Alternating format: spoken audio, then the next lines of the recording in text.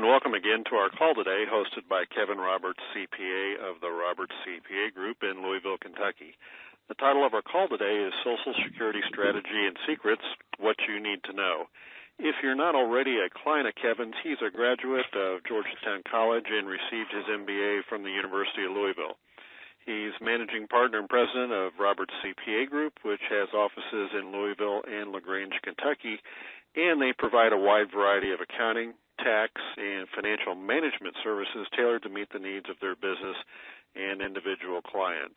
So let's get started. Kevin, welcome to the call.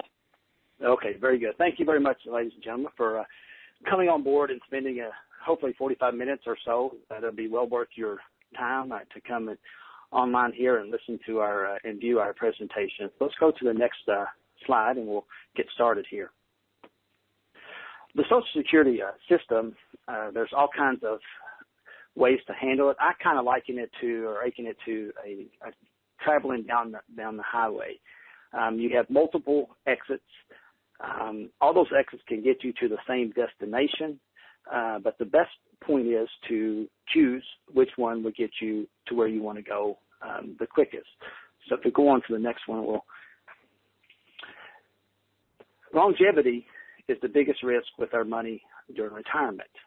Basically what that means is, will we have enough money to live on? Will we outlive our money? And we'll go into much more detail later on in the presentation. But if the worker and the spouse are the same age right now, maybe age 62, 65, or 70, as you see on the screen, there's a really high chance that one of the two will live to early 90s and 92. And like the screen says, longevity is the biggest risk. So there's a big chance that we could outlive our money in that case. So let's move on to the next one. But first of all, let's ask ourselves, what is Social Security? Social Security is a social insurance program. Sometimes we liken it to an entitlement benefit. That's not necessarily true. It's a social insurance program. And workers pay in while they are employed, and employers pay matching contributions. You may not realize that, but your employer on your W-2 will show it as well. It will they match your portion of the Social Security Medicare portion and goes into the system. The Social Security's guaranteed benefits are available to support workers and their families in retirement or when they lose their livelihood due to career-ending disability or the death of a family worker. And we'll go into different types, disability, retirement benefits later on. So let's go on to the next one. I have a quiz on here, and of course it gave you the answers. Normally we would kind of cover the answers, but what year was the first Social Security check cashed? Was 1940. So this is a fairly young program, and what percentage of the population was over 65 when the first check was cashed is 6.8%. Now that's a lot different. The makeup is a lot different now. What percentage of our population are baby boomers? And it's 25%. And then this is what blows my mind and probably would be very surprising as you. There's 10,000 people each day reach eligible Social Security age. And then if you call the Social Security office, they will answer specific questions about it in relation to you specifically, but they cannot give you advice as to when you should take Social Security, which is one reason we, as CPAs and advisors, are asked that question a lot. And that's what led me to produce this presentation, because we get asked that question a lot. So let's move on to the next one, please. Here's some interesting stats. 55.6 million people receive Social Security each month in one of the three categories: retirement, disability, and survivor insurance. Now, we will only refer to the retirement insurance in this presentation. 1 in 6 Americans get Social Security benefits, and then about 1 in 4 households receive income for Social Security. And if you think about that, that's 25% of the households in the U.S. receive Social Security benefits. And I can't appreciate that magnitude in a lot of cases. So let's go on to the next one. Who receives Social Security? It's no surprise, 35.8 million retired workers, disabled workers, and widows and widowers. That goes into the regular retirement program. But one thing that's kind of surprising to me, at least when I view this chart, is the number of children that are receiving Social Security, and those are the survivor benefits up until they reach age 18. They're eligible to receive the survivor benefit for the death of a parent. So let's move on. So on the next slide, we'll see. The problem here is the eligible benefits can vary dramatically annually among everybody else. And the question is why? Does that mean, why is that the case? And when you look at it, there's strategy, which is, some of the strategies available. We'll go into that in detail. And when you apply, which is the timing issue. We all know that there are certain ages that we can and cannot take Social Security. For example, you could take the early retirement at age 62. The full retirement age is roughly around 67, 66 and a half or 70. I'm sorry, 66 or 7. And then you can defer it all the way to age 70, and we'll go over that in a little bit. And I think the most important that we all miss in a lot of cases, or most cases, is by coordinating Social Security payments with our other financial resources. We've got to look at the Social Security as a part of our whole financial picture and not just the financial picture. Now, in some cases, that may be the only income source that they have, so we need to look at that issue as well. So let's go to the next one. And like I said before, Social Security is one slice of your financial pie. On the breakout here, we got essential income, which is wages, pensions, annuities, life insurance, etc. The variable income, which is dependent in most cases on some kind of market, stock market, things like that. We got dormant and illiquid assets, assets not producing income, not sellable, not easily able to generate cash. And then we got Social Security, which in reality is a smaller portion than a lot of the variable income, the essential income. So let's move on to the next one. Let's look at a closer look at retirement. There's lots of impacts to our income, negative impact to our income, capital loss, taxation, healthcare costs. And let me ask you a question. I don't need a show of hands, but this is kind of a rhetorical question. I don't know if there's anybody on here that think the tax rates and the healthcare costs are going to go down in the very near future. I would say there'd probably be nobody on this call that would be able to answer that they don't believe that that's going to go up. We also got long-term care. You can throw that in with the healthcare costs. That's going up dramatically, much faster than inflation, as the economists will tell you. Death of a spouse, death of an income-earning spouse, and, of course, unexpected and expected life events. And longevity is the key to all this. We got to make sure we can plan for the fact that we hopefully won't run out of money at some point in time. And we got potential income sources, which of course help that alleviate some of that potential impacts. And Social Security is the one of the income we have, essential income like pensions, annuities, which we mentioned before, and the variable investments. All that come into play that we can balance it out and plan for our retirement appropriately and to outlive or the money outlive our entire lifetime. As we move on to the next one. In this presentation, we'll focus on three main topics: Social Security, its value, and the benefits and the basics, and some core factors of our strategy as we go into it. We won't be exhaustive on our strategy, but we certainly go into a couple of ideas that we can work towards in the future. So we're going to the next slide. Okay, understanding the value of Social Security. As we mentioned before, it's very, very, very important that we have an income source that will last longer than our lifespan. And Social Security offers income that we cannot outlive. No matter what, we will always have Social Security income, as long as we take it in, as long as it's there in our lifetime. We'll go over that later on as well. It's adjusted annually for inflation.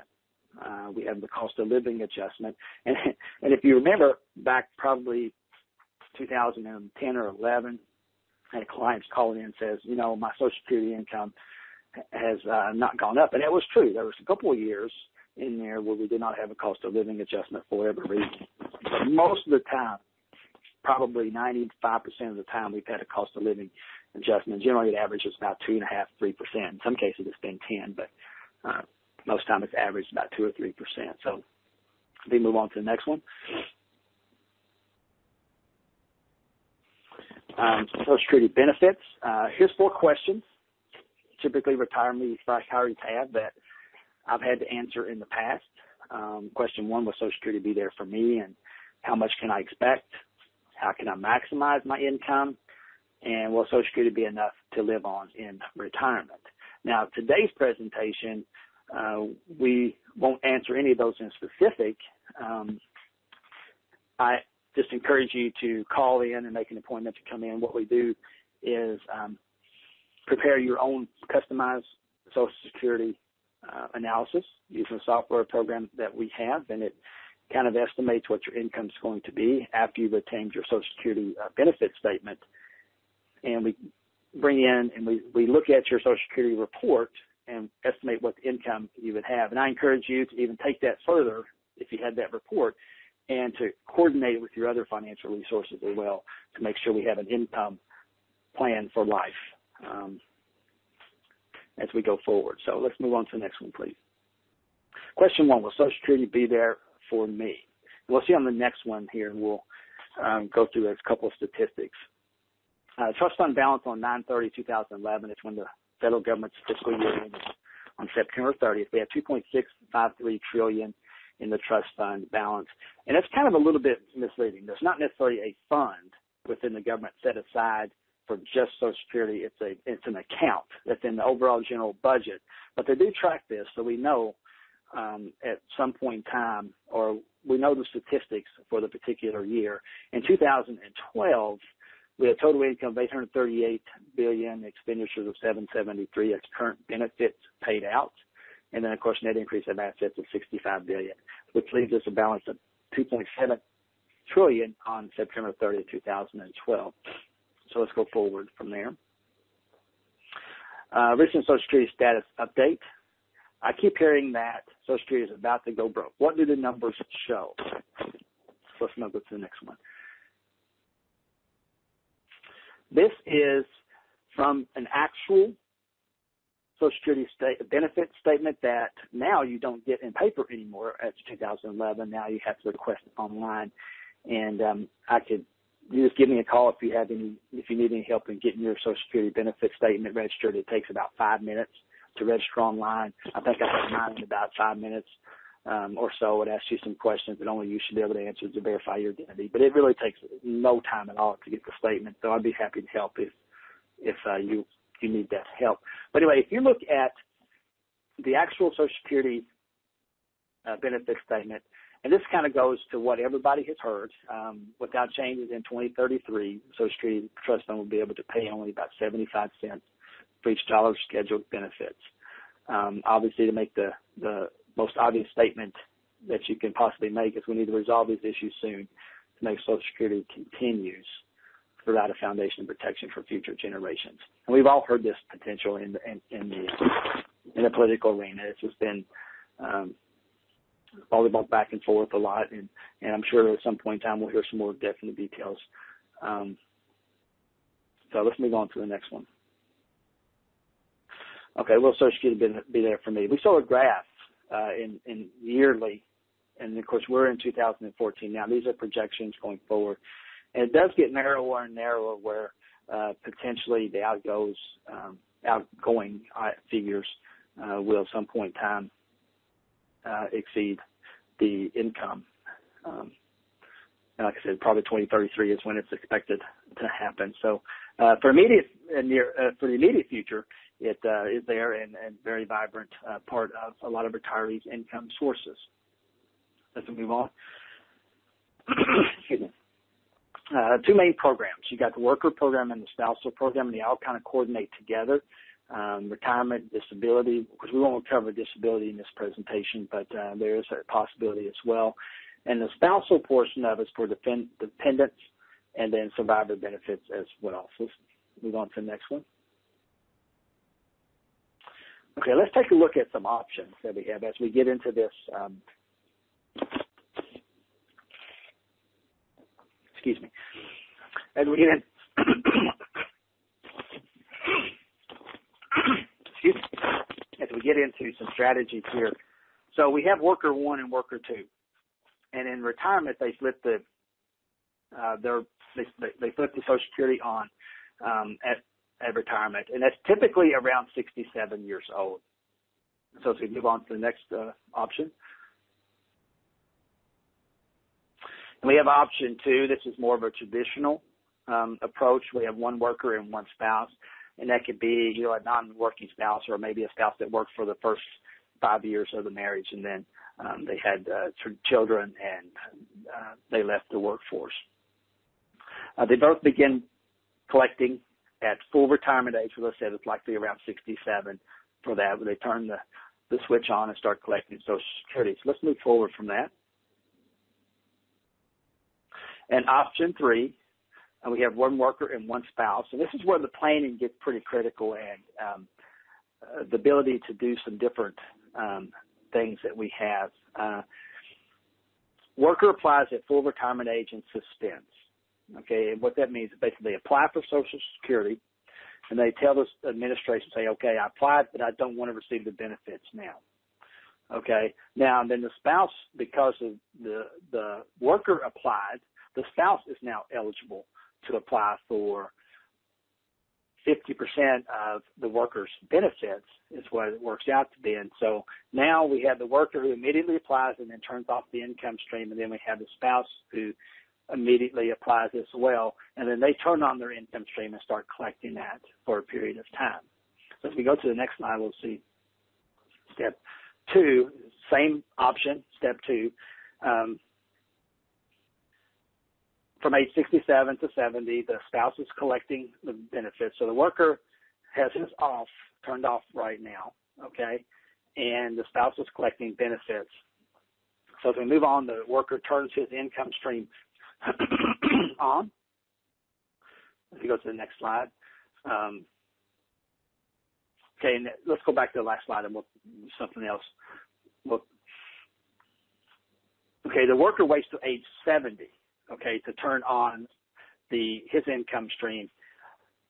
It takes advantage of the delayed credits, what's called delayed credits, and it's an 8% increase in the annual benefit each year, simple interest. So if you wait 3 years, that's basically a 24% increase in benefits from age 67 to 70. If you look on your Social Security benefit statement that you get each year, or you would be getting each year if you applied online, you will see that there's a difference, a big significant difference in a lot of cases between the amount from age 67, okay, or 66, whatever your full retirement age, and then age 70. There's a big difference from that. So we take advantage of some of that, the disparity between the two. So let's go move on to the next slide, please. We have option 4. I'm so sorry, excuse me. We're looking at the Quincy family again. We have worker number 1 applies at full retirement age and suspends, like we talked about in the last time. Worker number 2, okay, which is the spouse, files restricted application at full retirement age and collects their spousal benefits. Okay, they're not collecting their own benefits, but they're collecting based off of worker number 1, which are eligible to do that when worker number 1 applies at full retirement age and suspends. So for a period of time, the spouse collects spousal benefits, which, like we told before, is 50% of the benefit. So bottom line is worker number 1 files and suspends, and then worker number 2 files a full restricted application at full retirement age. And what the restricted application means, they want to only collect the spousal benefits right now, and they're preserving, the spouse is preserving those delayed retirement credits that we mentioned earlier. So if we move on to the next slide, we'll talk about step 2 here in this particular option. And at age 70, they both collect their retirement benefits. So what that means is worker number 1 now, which has not been receiving anything, gets the full benefit of the delayed retirement credits. Now it's collecting their largest check that they could from the Social Security system, which if you look at that benefit statement is the largest amount that they can take. And worker number 2 now, which was taking the spousal benefit, now turns to take his worker 2, their worker 2 benefits at their full retirement age plus delayed retirement credits that they're eligible to take. So as we move on to the next slide, and that's the maximum amount of income that those 2 particular workers' situations would be able to take. Not everybody will fit into that, and that's what we go over in our meeting, and to do the Social Security comparison statement and personalized Social Security report that we would have. Okay. The strategy, in theory, if you elect early, you will get a smaller benefit for a longer period of time. So sum up, elect early, smaller benefit, longer period of time. If you elect later, you'll get a larger benefit for a shorter period of time. And they go over all those variations in between those two statements to determine what might be the best for you. And I encourage you to take that and actually go several steps further and coordinate that with your other retirement income streams or alternates that you may have. The single people can do a simple break-even analysis to determine whether to take benefits or not. They can look at it. It's a linear equation. If you're age 62, your benefit's going to be this much each month. If you're age 66, your benefit's going to be this much, and then age 70 as well. So you can kind of choose which one would be best for you, for single people. And it's the married couples, and specifically the two earners, that have the best option to maximize the benefit. But like I said on the screen here, all simple break-even calculations ignore the spouse and survivor benefit, because you wouldn't want to do that with a married couple. And it's not necessarily a particular linear decision that you can make. You want to include all the other items and the other variations as well. So let's take a closer look at benefits and timing. How their benefits are calculated. At age 60, each year's earnings are tallied and indexed for inflation. Okay, step 2, your highest, which basically means your primary insurance amount, is the amount you'll receive at full retirement age. That's a very simplified way. It's not that easy, of course, to compute that amount, but that's generally how the Social Security benefits do it. And then they increase each year due to the cost of living adjustments. Let's move on to the next one. Let's look at a few important concepts when it comes to benefits. Full retirement age basically means the age at which a person may.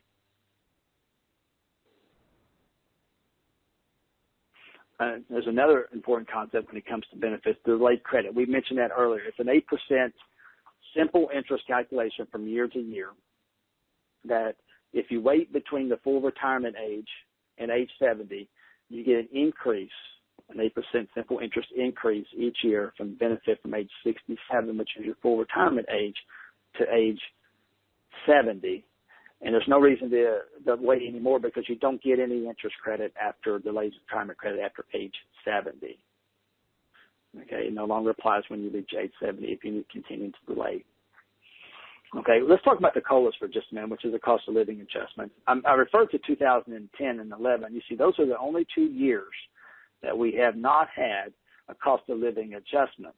And if you remember, if you look at the two highest numbers back in the 80 and 81, of course, we had hyperinflation in those particular years, so we had the largest cost of living adjustment. But if you look on average, it's roughly been about maybe 2 to 3%, a little bit more than that maybe, each year for the past 20 years or so. So we can count on that being there each year. Now, how much you receive depends on 3 primary factors. Your earnings record and your Social Security benefit statement will actually mention that. It will tell you every year that you had earnings for it. And if it pays a lot of times, and we've seen some mistakes in previous years, to look at that and actually compare it to what you did earn, so you can make sure that those are accurate, because that's what the Social Security Administration is going to base your benefits off of, is your earnings record. And if you don't tell them that it's incorrect and prove that, then of course they'll assume it's correct and base your benefit off that. And the second thing is when you elect to take your benefits, and then how long you expect to live. Of course, which one of those 3 or 2 or 3 can we control, of course, and that's the first 2. We can't control how long we live, but we certainly can look at life expectancy, and we do that in the personalized Social Security report. So on the next slide, some of the factors that can impact your benefits is, if you're a widow, widower, single, married, divorced, disabled, over 62 and caring for children, minor children, employment income, life expectancy. All those factors go into how much or how they can impact your benefits. So we move to the next slide.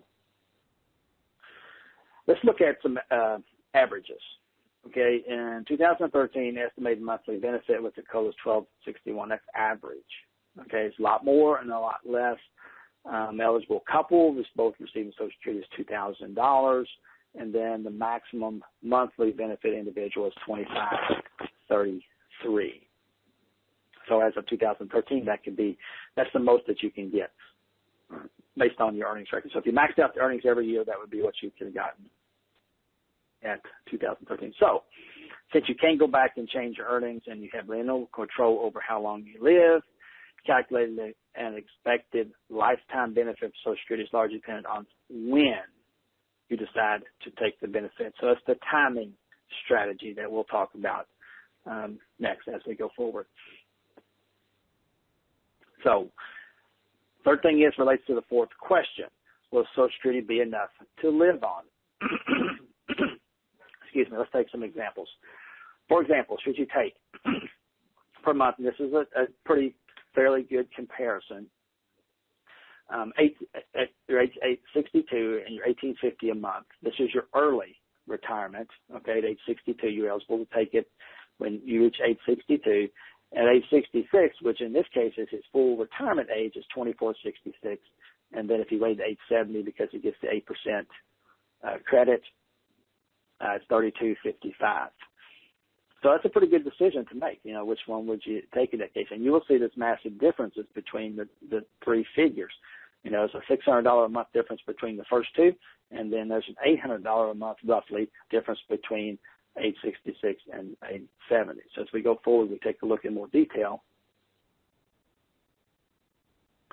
Let's take a look at how does applying for early benefits affect the amount of money you receive. This is overall living to assume we live to age 90. At age 62, we get $621,000 or so in total benefits at age 66, and you see the chart 710, and age 70, 781,000. So if we go one more further, we'll look at some more detail. Applying early versus applying at full retirement age. Let's assume you live to age 70 after you start the benefits. And you look at the other chart, and we'll look at some numbers here. If you apply for benefits at age 66, you would receive $88,000 more than if you started at age 62. And if you apply for benefit at age 70, you receive almost $71,000 more than if you started at the full retirement age, in this example, age 66. And if you wait to age 70, compared to age 62, you would receive about $160,000 more in benefits. So like I said, it depends on when you start taking Social Security and what strategy that we use. So as we go forward, we'll take a look at the financial strategy. Let's look at an example here. We got the case study of Bob and Betty. Let's say, for example, they need $5,000 per month to live comfortably in retirement. With Social Security, Bob's pension, and IRA, the monthly financials look like this. They come out to $5,048 in income. But something happens, and let's go forward to the next slide. Bob passes away. Now Betty's monthly financials could look like this. Basically, she picks up his Social Security, but she loses hers. And then, of course, she would not inherit his pension because that's probably a life-only pension, which is another financial analysis that you want to make and consider the fact. And she's still taking that money out of the IRA at 4%, which is what everybody tells you is a fairly conservative and recommended withdrawal rate. And that's another decision, another consideration as well. So she needs to live on 37, or she will be getting 37.61 right now, which is 25% less. Now ask yourself, this scenario, if something happened like that, would you be able to live on 25% less income each month than you had before? So let's go forward. So some key points to remember when making the decision to apply. If you apply early, your benefits start lower and stays lower for life. Cost of living adjustments magnify the impact of early or delayed claiming. The longer you live, the more beneficial it is to delay benefits. Your decision impacts survivor benefits as well. And we didn't touch on this. Let's talk about that for just a second. The survivor benefits, let's say, for example, I'm age 62, and I decide I want to take Social Security right now. So I start taking it at a, excuse me just a minute, I had to take a drink, get ready to cough. So I took a 25% discount on that. Well, that's all well and good, but what I've done is I've not only permanently reduced the amount of Social Security income that I will receive, okay, I will also permanently reduce the amount of Social Security my survivor, should I predecease my spouse. It also permanently reduces the amount of income that she will receive. So that's one thing we don't consider and think about a lot. Not only do you permanently reduce the amount of money that you'll receive, but any survivors in the mix will also permanently receive a lower amount. So that's pretty critical pretty critical and important to understand the effect of your decision on the survivor benefits. And Social Security, it's about timing. It's about timing. So as we move forward, like I said before, Social Security is only one slice of your financial pie, and we want to make sure we coordinate with other areas of that. And we see Social Security, like I said, is probably only a very small, in addition to these other ones, typically is a small portion of our financial pie. We want to make sure we coordinate it with all the other ones as we move forward. We'll see. It needs to be coordinated with our overall financial strategy. And we produced have these gears on the screen right here to kind of get a pictorial of how these things need to work together. We need to plan for loss of retirement value. If we have money in the market, we're exposing ourselves to risk every single day. So we need to make sure we coordinate that with our Social Security benefits and any other personal pension plans that we may have. We need to plan for taxation. I don't think there's anybody on this screen or this call, at least it's my clients, that believe tax rates are going to go down. That's not going to be the case. We all expect tax rates to go up, and especially the higher incomes will be paying. It's 2013 painfully made them aware that tax rates certainly we expect to be paying a higher rate. Future medical expenses, nobody expects that to go down. Inflation,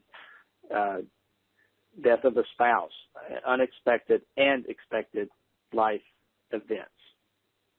So I'm going to stop the presentation right there, and we'll open up the lines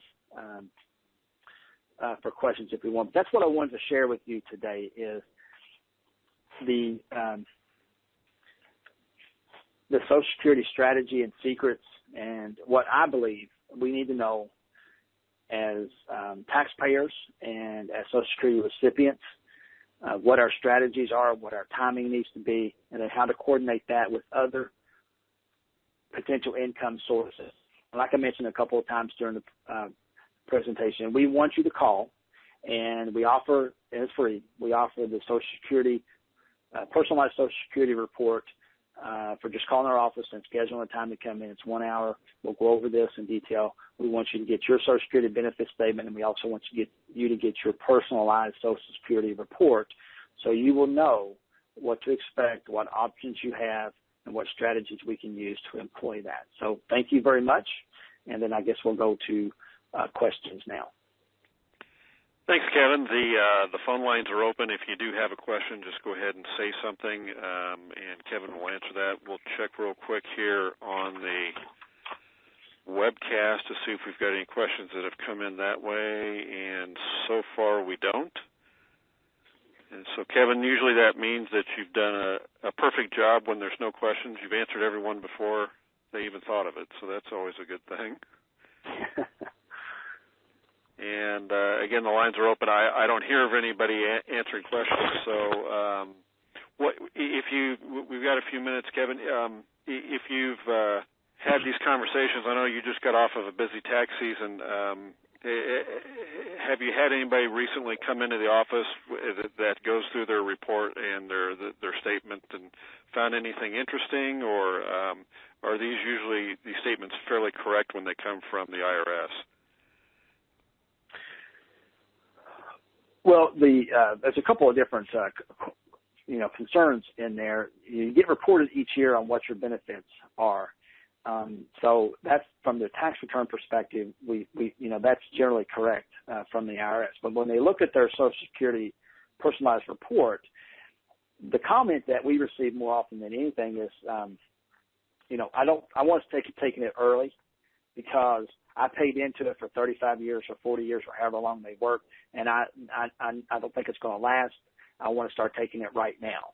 And then when we show them the disparity between if they coordinate with their spouse's benefits and they do some of these other strategies, they could be, $100, $200, in some cases $300,000 difference that they may receive on a family level, okay, both of them combined. And when they see that, then that's very surprising to them. Yeah, that's a huge number. Yes, it is very big in some cases, especially if they have the higher incomes. They've maxed out the Social Security earnings each year. The limit goes up each year, and if they keep maxing that out, then of course their Social Security benefit's going to be more than if they did not. And then when you factor that in to maybe two potential earners in the household that have that situation, the numbers can be dramatically different. Right. That makes a lot of sense. Well, Kevin, again, we don't have any questions on the webcast, and the phone lines are open. I don't hear of anybody. If you're listening on the webcast and you're hearing this and you have a question for Kevin, what are the best ways to get a hold of you there in Louisville? I encourage you to email or call, and the email is listed on the screen. The phone number is our main office number. Just call and ask for me that you want to, or you can schedule with Nancy, who answers the phone, to schedule the appointment to come in and look at your Social Security report. We will get it personalized, and you'll see what the options that you have and what the strategies will allow you to benefit from. And, of course, you can email me there as well. We can set a time up to come in and to talk about that and get that. I encourage you to do that because it's very eye-opening in a lot of strategies that you don't know about right now or may not have heard about. But that's the best way to get a hold of me, call or email. Great. Well, Kevin, thanks again for taking time out of your schedule to go over this. We again want to thank everybody on the call that listened in on the phone and on the webcast.